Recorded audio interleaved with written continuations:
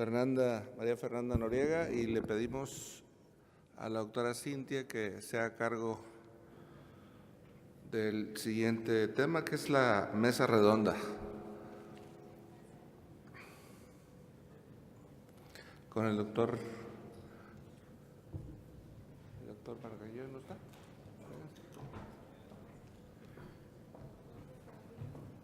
Ya no lo vemos. Doctor Bargalló. Esta se la echa solita.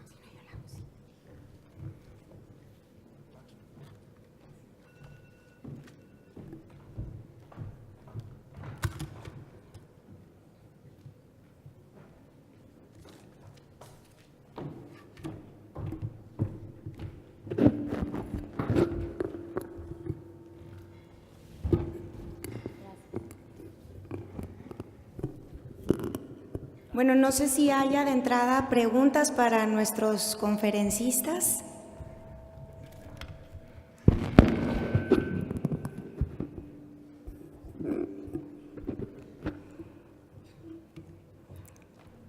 Bueno, a mí me gustaría ampliar en algunas cosas lo del programa de cáncer de mama en mujeres jóvenes que presentó Ale. Después de su participación se acercaron con nosotros ya 2 personas para querer saber un poquito más del programa y nada más me gustaría enfatizar ciertos puntos y de ahí tendría varias preguntas, sobre todo para Fer y Alejandra en particular. Una de las cosas que nos preguntan es cuál es el corte que se considera mujer joven. Y bueno, esto es variable de acuerdo a la literatura. Hay quien considera que el corte es a los 35, otro a los 40. Y realmente no es algo completamente establecido. La razón por la que en general se decide que el corte es a los 40 años es uno, por las implicaciones en fertilidad que una mujer puede tener a esa edad. La segunda, que todavía es muy probable que una paciente pueda tener muchos síntomas de menopausia secundarios a tratamientos por una pérdida en la función ovárica.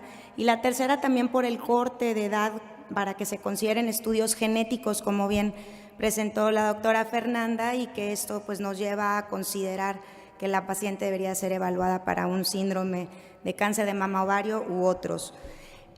Otra cosa que querría enfatizar es que los datos que presentó Alejandra Platas fueron de datos basales de las pacientes.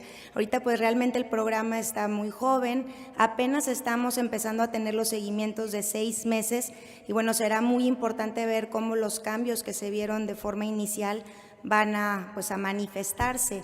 Y la idea, como bien lo dijo Alejandra, es tener un impacto en las pacientes mientras las estamos reclutando para poder tener intervenciones en el momento que identificamos que la paciente requiere pues una intervención psicológica o requiere preservación de fertilidad y bueno, al mismo tiempo estar documentando lo que sucede. Una de las cosas también importantes es que dentro de los programas que ya están abiertos se está colectando tejido de sangre y del tumor para pues de esta manera tener un banco de tumores de estas pacientes que no hay muchos en el mundo y de esta forma pues luego poder hacer estudios de medicina translacional y en colaboración con otros centros. Y bueno, ya en particular lo que nos preguntaban era cómo puede alguien iniciar el programa. Y bueno, lo primero que diríamos Alejandra y yo es que tendría que haber, interés, por supuesto, y una persona encargada de identificar las necesidades de las mujeres jóvenes. En la revisión que hicimos de los programas a nivel internacional de mujeres jóvenes, lo que era más importante era una persona que le llaman navegador, que es el que identifica las necesidades de las pacientes. Generalmente es una enfermera, un psicólogo, pero por supuesto puede ser un médico, y de hecho generalmente somos los médicos quien debemos preguntarle a las pacientes qué es lo que necesitan. Y desafortunadamente no lo hacemos siempre, a veces por tiempo, pero a veces porque no tenemos los recursos. Dices, pues ¿para qué le voy a preguntar si quiere preservar fertilidad si realmente no tengo forma de mandarla a un tratamiento que va a ser costoso y que no tengo un lugar donde enviarla? Entonces, pero finalmente lo primero sería identificar las necesidades. La segunda es que quien muestre interés y tenga esta iniciativa, nosotros ya tenemos generado material informativo que se le puede dar a las pacientes en cuanto al cáncer de mama en mujeres jóvenes en general.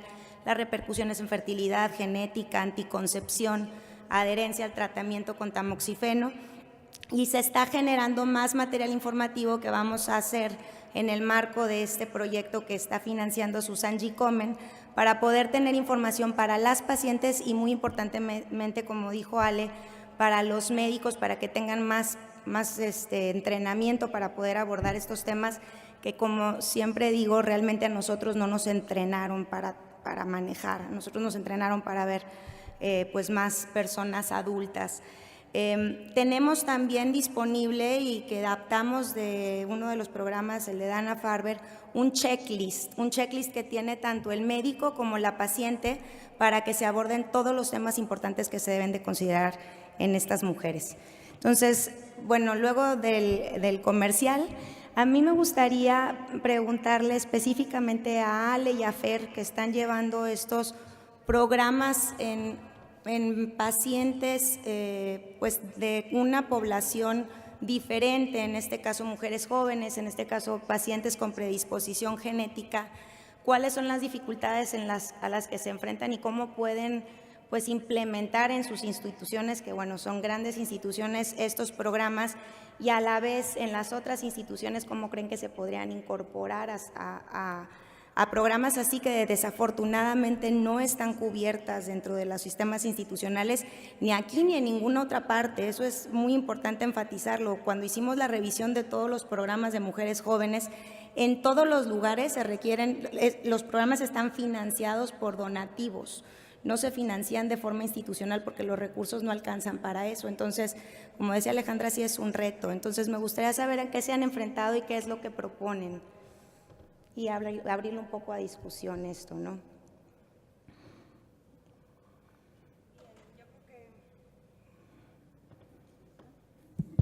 Sí, aquí.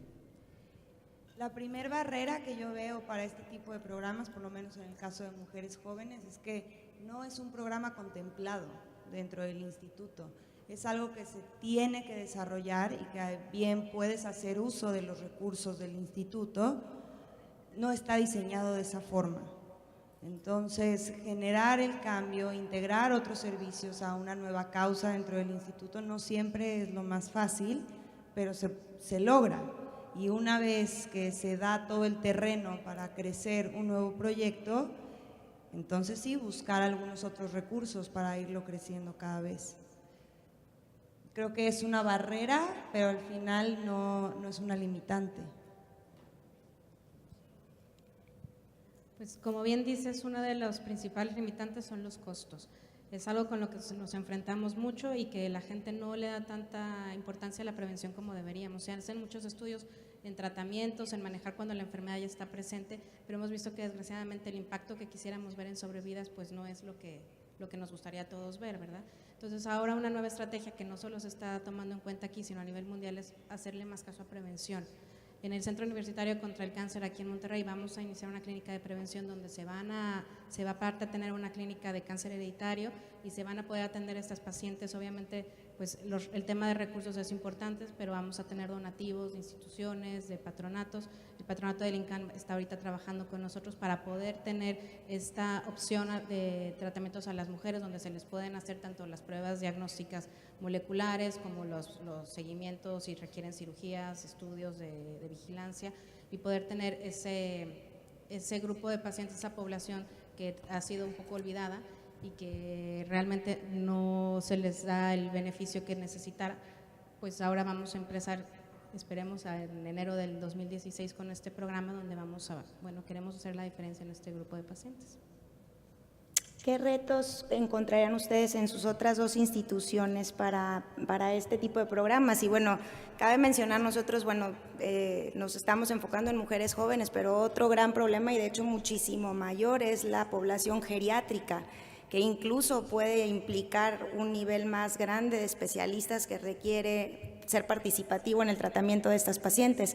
Ahorita en el Instituto Nacional de Ciencias Médicas y Nutrición Salvador Subirán se está iniciando con una clínica de oncogeriatría con la participación de múltiples especialistas donde se tratan a pacientes que tienen requerimientos especiales que, de nuevo, nosotros a veces no estamos tan acostumbrados o tan entrenados para tratar.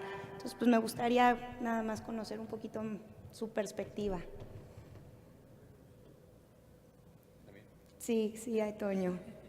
¿Cómo ves en tu institución, Bien, de forma privada?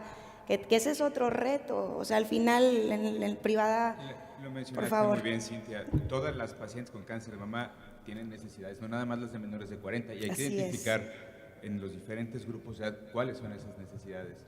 Cierto, las menores de 40 requieren especial atención por el tema de fertilidad, que ya lo mencionaron muy bien, por el tema de que el cáncer que padecen pudiera estar asociado a algún síndrome genético y con esto transmitirle a su descendencia esa mutación. Claro que requieren de una especial atención, como las mujeres seniles también y como cada una en sus diferentes grupos. Sin lugar a dudas que la disposición de pruebas genéticas y de alguien que logre identificar qué pacientes son las que sean susceptibles de esas pruebas requiere de trabajo, requiere de inversión. Pero déjenme decirles algo breve que quizás me salga un poco del tema. Yo trabajo en el FUCAM. FUCAM es una institución privada, es híbrida porque es privada, pero trabaja con recursos del Seguro Popular. Nosotros tenemos en una base de datos en la que estuvimos trabajando y que cerramos números hace poco, tenemos 13.3% de mujeres menores de 40, es decir, juntamos 530 y tantas. Pero bueno, lo que les quiero mencionar con relación a los recursos, es que los recursos bien administrados del Seguro Popular y aplicados de manera adecuada al manejo de las pacientes, cuando nosotros evaluamos sobrevida y comparamos los resultados de sobrevida de la base de datos americana del CER, tuvimos porcentajes de sobrevida idénticos, por grupos de edad, por subtipos. En ese momento no se analizan con detenimiento los subtipos biológicos, pero sí el grado tumoral, etcétera. El tema es obtener recursos para hacerlo extra, ¿no? Exacto. Para hacer lo que están proponiendo ustedes. Y eso solamente organismos no gubernamentales, fundaciones, asociaciones como pues, Grupo Reto, CIMA, todas las que ya conocemos podrían intervenir en eso. El problema del INCAN, del Juárez, del siglo XXI, es que la carga laboral es grandísima para los médicos que estamos trabajando ahí. Sí. Y de pronto no hay uno que diga, sí, yo quiero impulsar esto y yo me la quiero, yo seguro que puedo con esto y lo voy a hacer extra. Ese es el problema quizás, ¿no? Que no haya una persona específicamente designada para atender grupos de edad y necesidades de cada grupo de edad. Ese es el problema que quizás yo vería. Que una parte de lo que se ha hecho en el INCAN en particular para abordar ese tipo de situaciones es este papel de nuevo de la navegadora. Hay un programa especial de navegación donde un grupo de personas con diferentes entrenamientos, algunas como decía psicólogas, enfermeras o algunas ni siquiera con un entrenamiento tan profesional, se acercan simplemente a la paciente y le dicen qué necesitas y de esa forma pueden canalizarla pues a donde pueden dirigirlas, sea de forma institucional o sea incluso de forma alterna. Algo que nos sucede mucho también a nosotros es que hay muchos grupos de asociaciones no gubernamentales que tienen estrategias diferentes y formas diferentes de ayudarnos y a veces no lo conocemos porque falta más comunicación entre médicos y entre advocates y navegadoras y gente que ya está haciendo mucho y que a veces no nos enteramos. Ale. Otra cosa que yo agregaría es, este es un modelo que nosotros usamos para atender al grupo de mujeres jóvenes con cáncer de mama. Finalmente creo que lo podemos hacer en muchas poblaciones más, lo podemos hacer en las geriátricas, lo podemos hacer en todo lo que se nos ocurra porque cada grupo tiene sus necesidades particulares. Y al final sí se necesitan recursos, pero creo que se necesita más iniciativa para hacerlo. El tema es arrancarlo y de ahí llevarlo al siguiente nivel. Lo que necesitamos son líderes en cada uno de esos temas que están descubiertos, porque me queda claro que en todos los rubros podríamos mejorar la atención.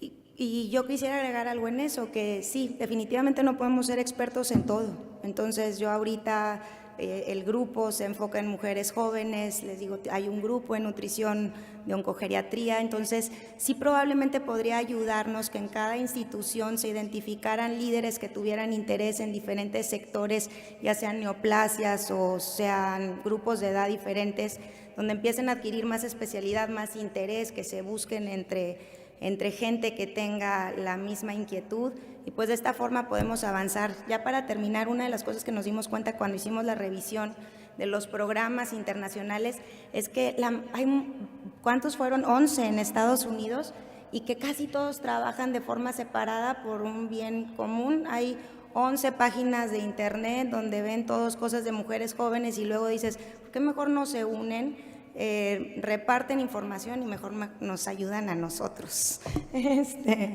Y qué bueno, lo hacen. Ahorita este recurso de Susan G. Komen nos va a permitir elaborar este material en español adaptado a las pacientes mexicanas. Entonces, finalmente se requiere iniciativa y colaboración. No sé si alguien más quiera agregar algo para terminar. ¿Nuestros panelistas? Bueno, pues muchas gracias por su atención y continuamos con el simposio.